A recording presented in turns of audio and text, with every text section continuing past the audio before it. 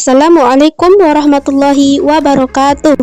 Perkenalkan, saya Yoza Yulia Putri, NIM 1914080007 dari jurusan Tadris IPA Fisika A, UIN Imam Bonjol Padang.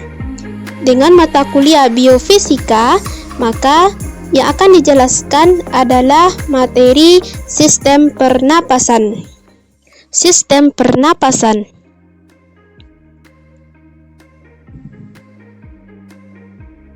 Untuk memahami proses pernafasan,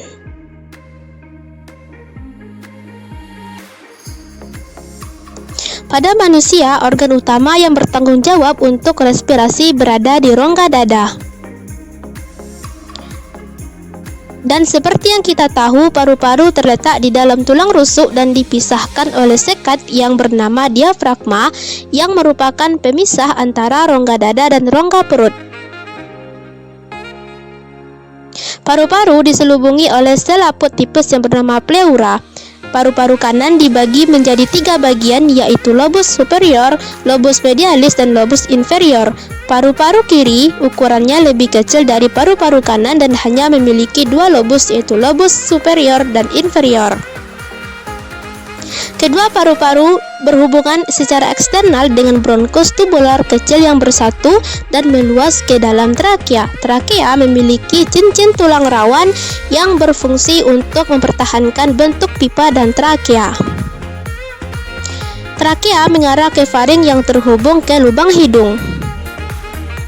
Saat kita menghirup udara, molekul oksigen akan memasuki lubang hidung dan akan menuju paru-paru, melewati faring, kemudian trakea, dan akhirnya mencapai bronkus. Dari masing-masing bronkus akan mengalir ke alveolus melewati cabang bronkus yang dinamakan bronkiolus. Dari bronkiolus, udara akan diteruskan menuju ke alveolus untuk terjadi pertukaran oksigen dan karbon dioksida. Alveolus dikelilingi oleh banyak pembuluh kapiler. Alveolus terdiri dari ruangan kecil yang bernama ruangan alveolus. Di dalam ruangan alveolus terdapat banyak pori-pori. Darah yang mengandung RBCS terlihat mengalir melalui pembuluh kapiler. Molekul oksigen dari alveolus berdifusi ke kapiler, kemudian diserap oleh sel darah merah ungu kebiruan. Ini menyebabkan oksigenasi sel darah merah dan transisi warnanya dari ungu kebiruan menjadi merah. Darah bergerak ke dalam alveolus yang mengandung RBCS dan molekul karbon dioksida. Molekul ini dilepaskan ke alveolus. Karbon dioksida dikumpulkan di ruangan alveolar. Dan kemudian dari alveolus ia berjalan melewati bronkiolus.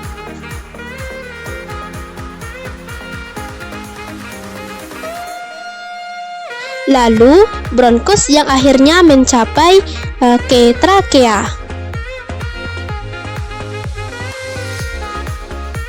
Dan dihembuskan melalui lubang hidung. Sehingga proses menghirup udara yang kaya oksigen dinamakan inhalasi. Setelah kontraksi otot diafragma, paru-paru mengembang dan udara masuk mengakibatkan inflasi alveolus.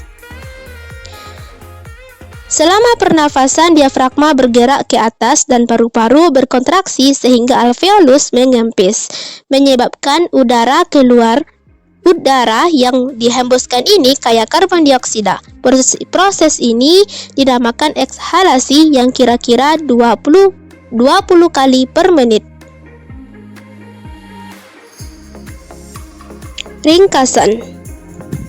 Di daerah dada, tulang rusuk dan diafragma menjadi peranan penting dalam respirasi, di mana terdapat membran pleura yang membungkus paru-paru.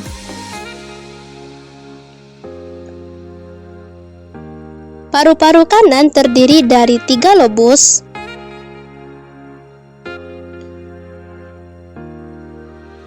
sedangkan paru-paru kiri hanya 2 lobus. Kedua paru-paru ini berhubungan secara eksternal dengan bronkus yang bersatu dan meluas dengan trakea. Saat kita bernafas, molekul oksigen melalui lubang hidung menuju faring dan trakea dan akhirnya mencapai ke bronkus. Dari masing-masing bronkus akan mengalir ke alveolus melewati cabang bronkus yang dinamakan bronkiolus.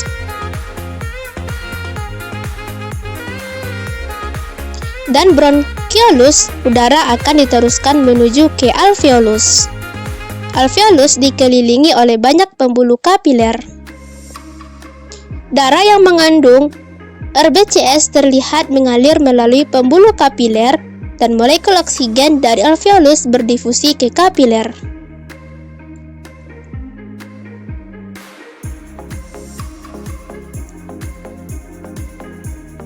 Molekul karbon dioksida dilepaskan ke alveolus.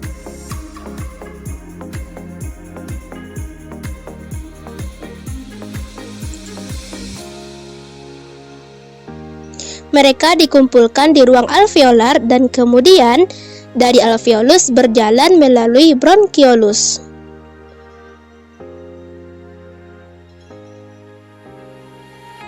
Ke bronkus yang akhirnya mencapai trakea dan dihembuskan melalui lubang hidung. Adapun kaitannya terdapat dalam ayat suci Al-Quran dalam surah Al-An'am ayat 125 yang berbunyi, A'udzu billahi minasyaitonir rajim. Bismillahirrahmanirrahim. Faman yuridillahu an yahdiyahu yashrah sadrahu lil Islam. Wa man yurid an yudillahu yaj'al sadrahu dayyiqan harajan ka'annama yas'addu fis sama'. Kadzalika yaj'alullahu ar-rijsa 'alal ladzina la yu'minun. Yang artinya, barang siapa dikehendaki Allah akan mendapat hidayah, dia akan membukakan dadanya untuk menerima Islam. Dan barang siapa dikehendakinya menjadi sesat, dia jadikan dadanya sempit dan sesak, seakan-akan dia sedang mendaki ke langit. Demikianlah Allah menimpakan siksa kepada orang-orang yang tidak beriman. Pada ayat ini terdapat korelasi yang konkret dengan ilmu fisiologi, di mana di dalam ilmu fisiologi respirasi kita ketahui bahwa minimnya tekanan udara dan oksigen terjadi setiap kali bertambah ketinggian seseorang dari permukaan bumi. Keadaan ini menyebabkan kesempitan dan kesulitan pada dada untuk bernafas, sehingga menyebabkan sesak nafas. Pernapasan merupakan upaya memasukkan dan mengeluarkan udara dari dalam paru-paru. Selain itu juga melibatkan proses pertukaran gas yang meliputi pengambilan oksigen dari lingkungan dan pembuangan karbon dioksida ke lingkungan.